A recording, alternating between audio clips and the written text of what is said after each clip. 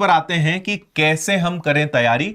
हम ये मान सकते हैं कि हमारे पास 30 दिनों से लेकर लगभग 45 दिनों का समय हो सकता है, कि मुझे लगता है कि लगभग फरवरी मिड या फरवरी एंड में आपको एग्जाम हो, और मैं तो चाहूंगा कि आपको एग्जाम में और समय मिल जाए तो बहुत अच्छा होगा। 30 से 45 दिन मानकर चलते हैं, अगर इससे ज्यादा समय मिल जाए तो और अच्छी बात है, आपके लिए और फायदे की बात है। जैसा मैंने कहा कि अब हमारे सामने जो स्थिति है वो ये कि कुछ लोग फ्रेशर होंगे, यानी अब तैयारी शुरू करेंगे, और कुछ ऐसे होंगे जिनका कोर्स या जिनका सिलेबस जो है वो कंप्लीट हो चुका है, इसमें उन्होंने कंप्लीट कर लिया है। तो मैं अपनी एक बात जो हमेशा कहता हूं, ओवरऑल अगर पूरी प्रिपरेशन को सिंपल भाषा में समझाऊं तो वो मात्र इतनी सी बात है, जिसको मैं कहता हूं SRP। आपको यह देखना है कि आप इस समय कहां खड़े हुए हैं। एस का मतलब होता है सिलेबस, आर का मतलब होता है रिवीजन, और पी का मतलब होता है प्रैक्टिस। मैं आपको बहुत आसान और कम समय लेकर पढ़ाई का तरीका समझा रहा हूं, ध्यान से आप सुन लीजिएगा। अगर आप इस एग्जाम को निकालना चाहते हो, इस एग्जाम में आप सफलता चाहते हो, तो 3 चीजों पे आपको फोकस करना पड़ेगा। सबसे पहला सिलेबस कंप्लीट करना, दूसरा रिवीजन करना, और तीसरा प्रैक्टिस करना। अगर आप नए हैं तो आपका पूरा फोकस इस पर होना चाहिए कि कैसे भी करके जल्दी से जल्दी सिलेबस कंप्लीट करें। कुछ ऐसे भी हो सकते हैं कि जिन्होंने कोर्स ज्वाइन किया था, बीच में छोड़ दिया, नोटिफिकेशन आया, तो वो है जिसकी जो स्थिति है, आपकी सबसे पहले प्रायोरिटी ये होना चाहिए कि एट एनी कॉस्ट जल्दी से जल्दी सिलेबस कंप्लीट करना है। अगर सिलेबस कंप्लीट हो गया है तब जाके आपको आगे की स्टेप्स पे बढ़ना है। हालांकि सिलेबस कंप्लीट करते करते रिवीजन करना है, प्रैक्टिस करते करते भी रिवीजन करना है। तो रिवीजन एक ऐसी प्रोसेस है जो शुरू से आखिरी तक चलेगी। एग्जाम के एक दिन पहले तक आपकी रिवीजन की जो प्रोसेस है वो चलने वाली है। ठीक है। अच्छा, मैं कमेंट में देख रहा हूं कि कई लोग वर्ग 2 वर्ग 3 की बात कर रहे हैं। आज मैं महिला सुपरवाइजर की बात कर रहा हूं, कल रात को 8 बजे मैं आ रहा हूं तो उसमें वर्ग 3 की बात करेंगे, फिर वर्ग 2 की बात करेंगे। तो अगर अभी आप बाकी एग्जाम की बात करोगे तो मैं उनके जवाब नहीं दे पाऊंगा। तो जितने भी वर्ग 3 वाले हैं, कल 8 बजे आपके लिए मैं आ रहा हूं। वर्ग 2 वालों के लिए सोमवार या मंगलवार को मैं लाइव आऊंगा, तो उस समय हम आपके एग्जाम की, पढ़ाई की, प्रोसेस की, हर चीज की बात करेंगे। आज सिर्फ महिला सुपरवाइजर है ना, कल वर्ग 3 वाले मिलिए। क्लियर है, समझ में आया? अब एक और चीज है, एक और सवाल होता है कि सर कम से कम कितने घंटे पढ़े। तो क्योंकि अब एग्जाम ही आपके सामने है, तो अब आप जितना ज्यादा पढ़ सकते हैं पढ़े। मतलब अब वो नहीं रहा है कि क्या मैं 6 घंटे पढ़ लूं, 8 घंटे पढ़ लूं।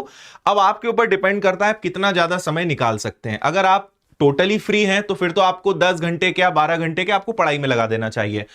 अब आप एक हाउस वाइफ हैं, घर की जिम्मेदारियां हैं, कोई जॉब आप कर रहे हैं, तो अगर इस प्रकार की कोई जिम्मेदारी है तो फिर उसके बाद आप कितना मैक्सिमम टाइम निकाल सकते हैं, छुट्टी ले सकते हैं आप अपने जॉब से, जो भी आपको है, आप कैसे अपने टाइम को मैनेज कर सकते हैं ये आपको देखना पड़ेगा। पर इसमें अब एक ही शब्द है और एक ही वाक्य है, और वो ये कि आप जितना ज्यादा पढ़ सकते हैं उतना आपको पढ़ना है। ठीक है, बिल्कुल दिमाग में बैठा लीजिए। कोई ऐसा शॉर्टकट नहीं है, कोई ऐसा तरीका नहीं है कि मैं कुछ ऐसा बता दूंगा कि बस 1 महीने में आपका सिलेक्शन हो ही जाएगा। सिलेक्शन सिर्फ एक चीज आपको दिलाएगी, और वो बहुत सीधा सीधा है कि आप कितनी मेहनत कर रहे हो, है ना।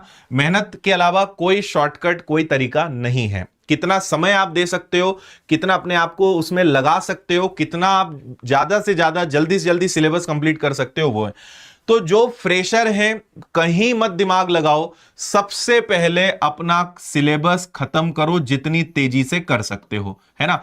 हमने विनर्स का जो महिला सुपरवाइजर का कोर्स है, उसकी फीस को कुछ दिनों के लिए बहुत कम किया है, मैं भी आपको बता रहा हूं, और इतना कम वो पहले कभी नहीं हुआ है। जस्ट इसलिए कि आपके पास समय की भी बहुत कमी है और आपको पूरा सिलेबस। और मैं एक चीज और बता दूं, हर बार मैं ये चीज बोलता हूं कि कभी भी YouTube पर कोर्स के चक्कर में ना रहें। YouTube बेस्ट है प्रैक्टिस के लिए, और YouTube बेस्ट है गाइडेंस के लिए।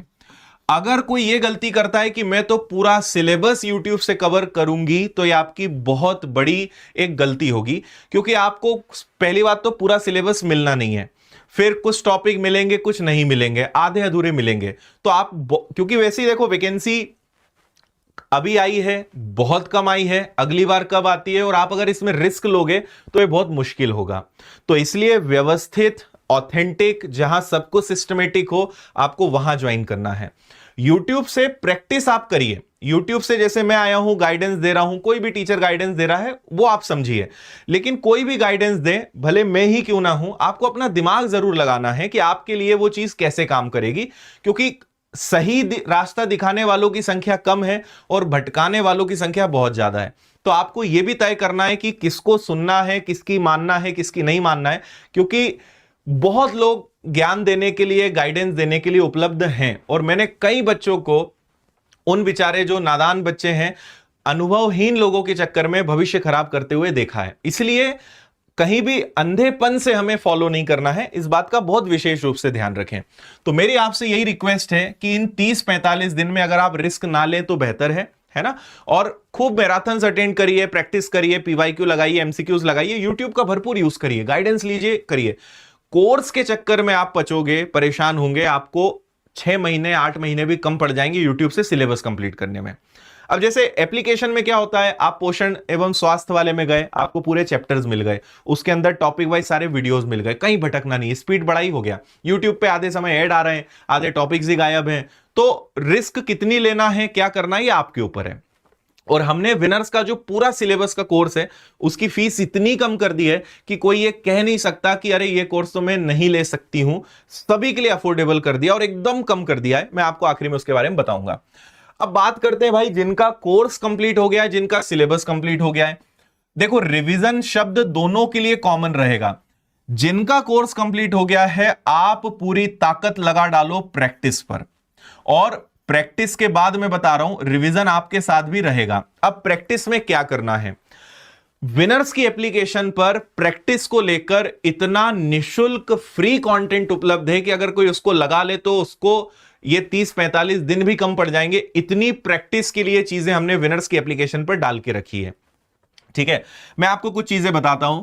हर संडे हम पता नहीं कितने महीनों से महिला सुपरवाइजर का एक बहुत अच्छे लेवल का टेस्ट दे रहे हैं, और आप में से कई लोग होंगे जो कई महीनों से उस टेस्ट को लगा भी रहे होंगे। हम कई बार देखते हैं कि कुछ बच्चे बहुत रेगुलर होके अच्छे से टेस्ट अटेम्प्ट करते हैं, अच्छी रैंक भी लेकर आते हैं।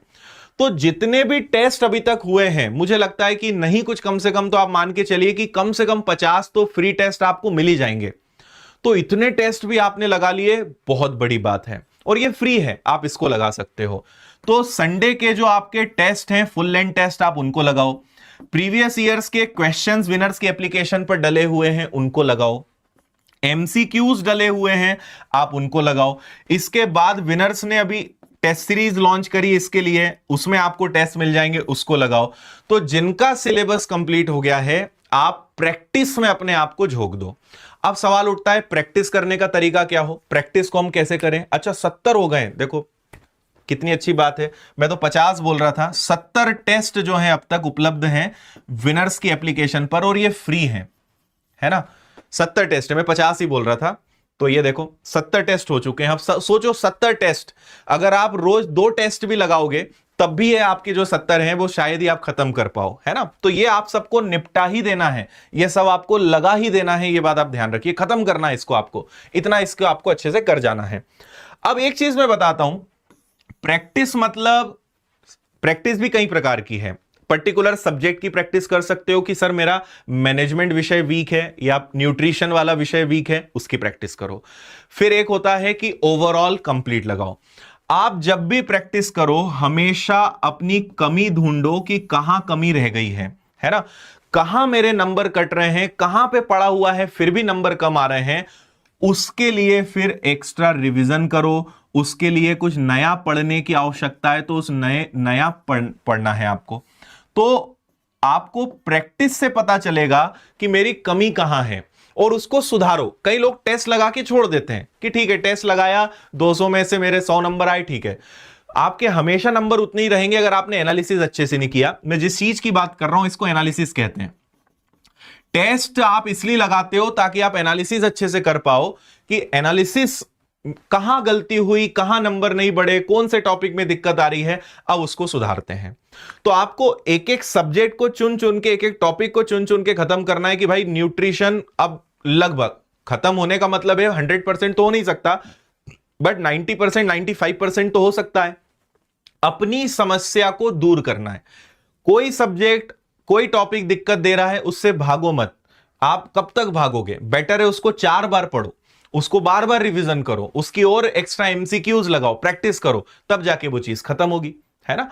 तो प्रैक्टिस इतनी करनी है कि उस समस्या को जड़ से खत्म करना है, ना कि भागना है ना। बोलते हैं ना कि या तो भाग लो या भाग लो, दो बातें हैं।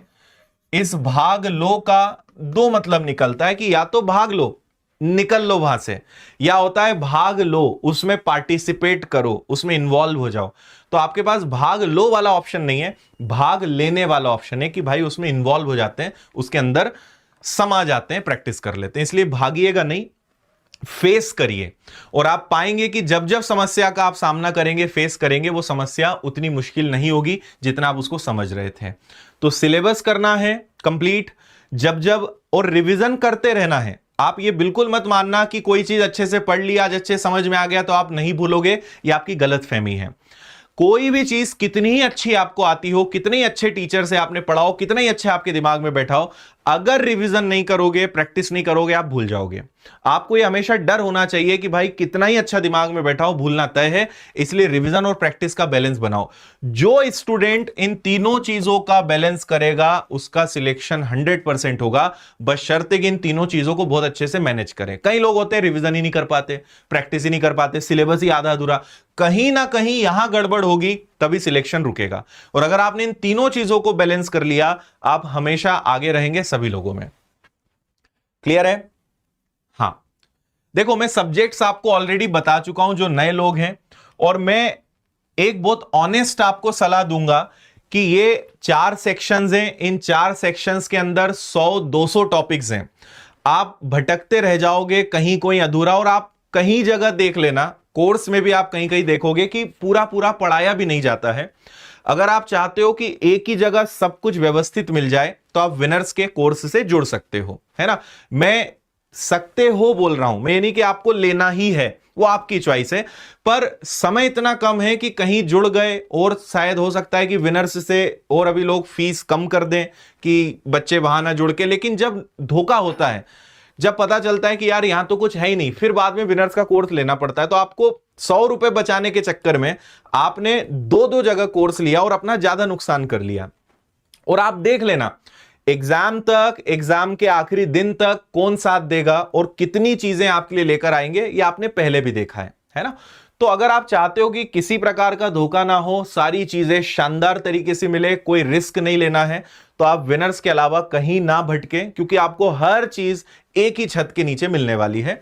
और नहीं तो फिर बाद में आप सबक सीखेंगे ही, क्योंकि हम तो हर बार देखते हैं, हर बार चीजें करते हैं, जो हमने बोला है वो 100% मिलता है ना। फिर लोग उसको देखकर कॉपी करते हैं, झूठे वादे करते हैं, फिर उसके बाद बच्चे फंसते हैं, फिर आप ऑनलाइन लड़ाई झगड़ा करते रहो, आखिरी में एग्जाम निकल जाता है या समय निकल जाता है। इसलिए ऐसी चीजों से आप बचें, है ना।